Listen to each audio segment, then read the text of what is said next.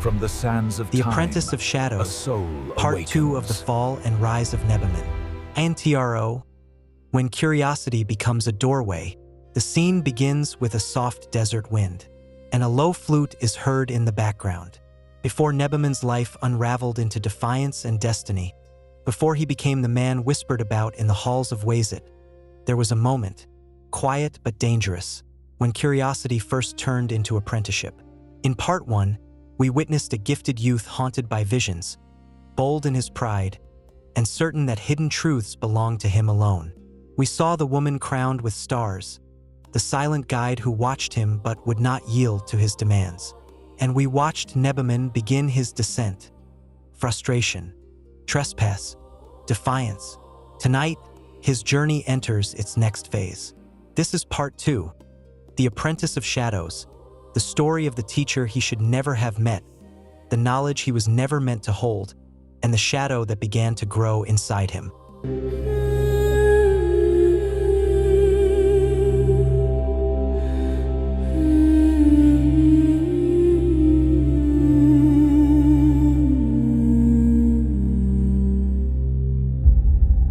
Whispers rise where the dunes collide.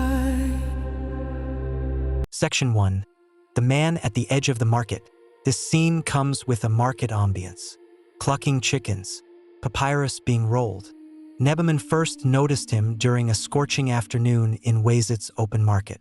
A lone figure leaned against a column, half in sunlight, half in shadow, watching Nebamon with unsettling calm. He was clearly a priest, but not of any temple Nebamon recognized. His linen was dyed the color of ochre clay, marked with a faded sigil of a serpent swallowing its own tail, the same image as the shattered tablet he had found earlier. When their eyes met, the man smiled, not warmly, but knowingly, as if he had been waiting. He spoke without introduction.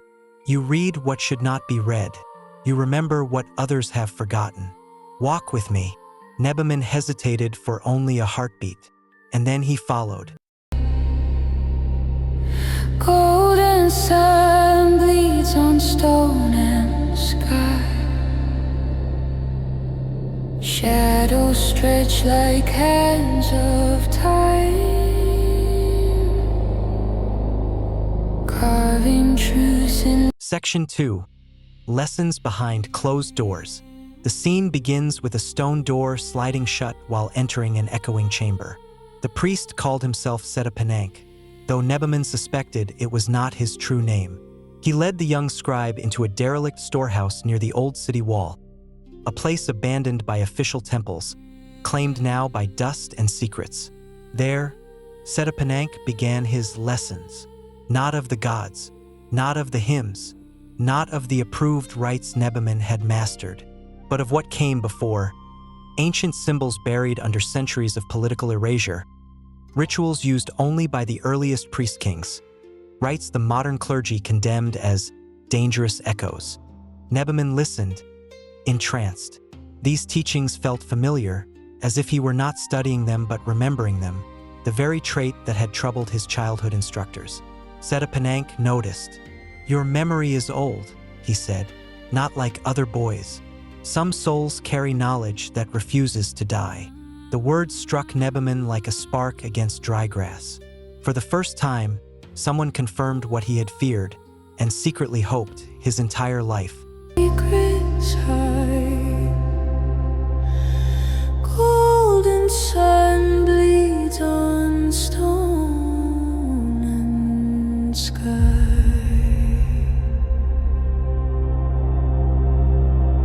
Shadows stretch like hands of time, carving truths in cryptic rhyme. Section 3. The Shadow Bargain. The sound of night insects and a torch crackling begins the scene. Every lesson came with a price. Setapanank demanded secrecy, isolation, obedience. He forbid Nebamon from confiding in teachers, family, or friends. He insisted that the temple priests were blind, that the woman in Nebamon's dreams was a remnant of a forgotten age, and that Nebamon's destiny lay beyond sanctioned knowledge. The flattery fed Nebamon's pride, the same pride warned about repeatedly in Part 1. But beneath the praise was a lure: power over memory, power over fear, power over death itself. Nebamon agreed to the unspoken bargain. He became Setapananka's apprentice, not of light, but of shadow. Truths in cryptic rhyme, echoes fall in the temple's glow. What we seek we may never know. Oh, the sands will flow. Section 4. The first working. This scene begins with a deep drum sounding a slow pulse. One night, Setapanank brought Nebamon into a subterranean room lit only by a single oil lamp. At the center sat a bowl of obsidian water, still, lightless, reflecting nothing. He instructed Nebamon to stare into it and breathe slowly. At first, Nebamon saw only darkness, but then, shapes formed, walls he had never walked, stars arranged in unfamiliar patterns. A river not the Nile, but something older, blacker, running under a moon that belonged to no earthly sky. And standing by it, the woman from his dreams. Her voice echoed through the chamber. Nebamon, step back. He stumbled away from the bowl, trembling. Setapanank gripped his shoulder firmly. Ignore her. She protects your weakness. Nebamon's heart pounded. For the first time, he felt caught between the two forces pulling at his life: the guiding presence that haunted his dreams, and the earthly teacher who offered answers without wisdom. That night, the first thread in his soul pulled loose.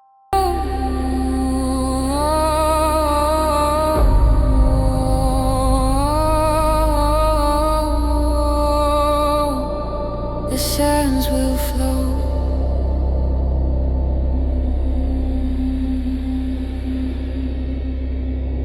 Cedar smoke drifts through the air. A thousand stars. Section 5. The fracture, the sound of storm winds, and the rushing Nile. The visions became unpredictable, sometimes luminous, sometimes violent. Nebamon walked through the temple halls distracted, muttering half-remembered phrases in dead dialects. Senior priests whispered that he seemed elsewhere, as if pieces of him were missing. Finally, during a dawn ritual, he collapsed. He awoke in the archives, lying on cool stone, surrounded by frightened acolytes. His former teacher, the gentle priest Kahu, knelt beside him, the same man who once warned Nebamon about chasing shadows. Kahu whispered urgently, "Child, what have you opened?" But Nebamon pushed him away. He felt betrayed by the priests who denied him knowledge, by the woman who withheld truth, and most of all by himself. He returned to Setapanank that same night, and with that choice, the fracture widened. Shadows stretch like hands of time, carving truths in cryptic rhyme. Echoes fall in the temple's glow. What we seek we may never know. Section 6. Becoming the Shadow, final segment. The scene starts with a slow heartbeat rhythm and the sounds of a cloak rustling. Nebamon's transformation quickened. He no longer cared for temple lessons. He skipped rituals, avoided friends, slept restlessly. His dreams grew sharper, hungrier, less like visitations and more like warnings. Setapanank declared him ready for the next stage. But Nebamon sensed his teacher's true motive, not to elevate him, but to use him. The woman in his dreams appeared again, not disappointed this time, but sorrowful. "You are not lost yet," she murmured, "but the path is narrowing." Nebamon reached toward her, desperate, but she faded, and Setapananka's voice replaced hers. "You are mine to shape now." With those words, the first season of Nebamon's apprenticeship ended. Not in enlightenment, but in entanglement. OUTRO. What comes next? This scene begins with a soft ambient swell of a deep, resonant hum. The shadows around Nebamon have only begun to gather. In Part 3, we will follow him into the heart of forbidden memory, toward the choices that mark his karmic downfall, and the turning point that will echo across all his future incarnations. If Nebamon's journey has drawn you in, subscribe and continue walking beside us. The Chronicle unfolds one life at a time. Sands will flow.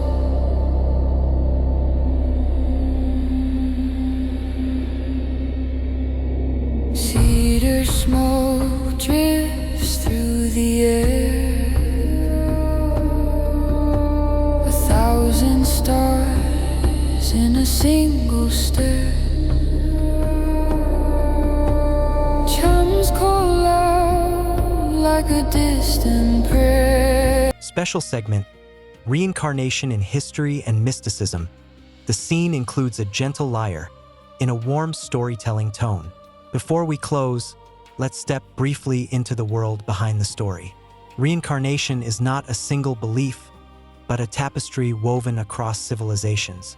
Ancient Egypt believed the soul had multiple parts: Ka, Ba, Ran, Shut, each surviving death differently, seeking balance across lifetimes. Vedic India described the wheel of samsara, where the soul learns through repeated births. Pythagoras taught that memories echo through incarnations, and that learning is recollection. Jewish mysticism speaks of Gilgul, the soul's return for refinement and completion.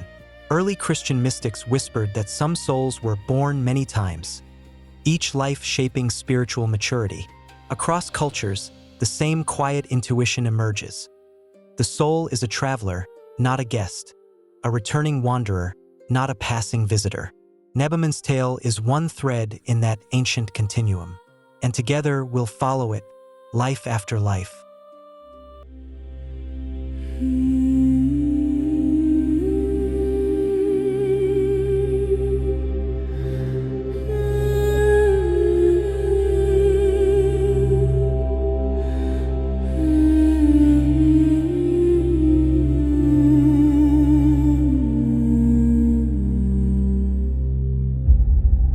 Whispers rise where the dunes collide.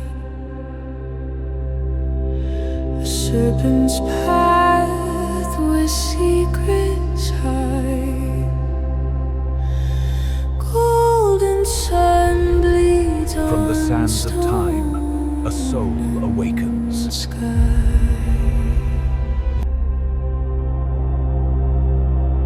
Shadows stretch like hands of time, carving truths in cryptic rhyme.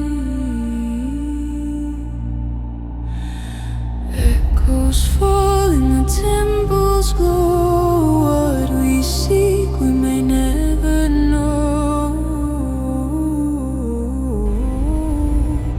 From the sands of time, a soul awakens.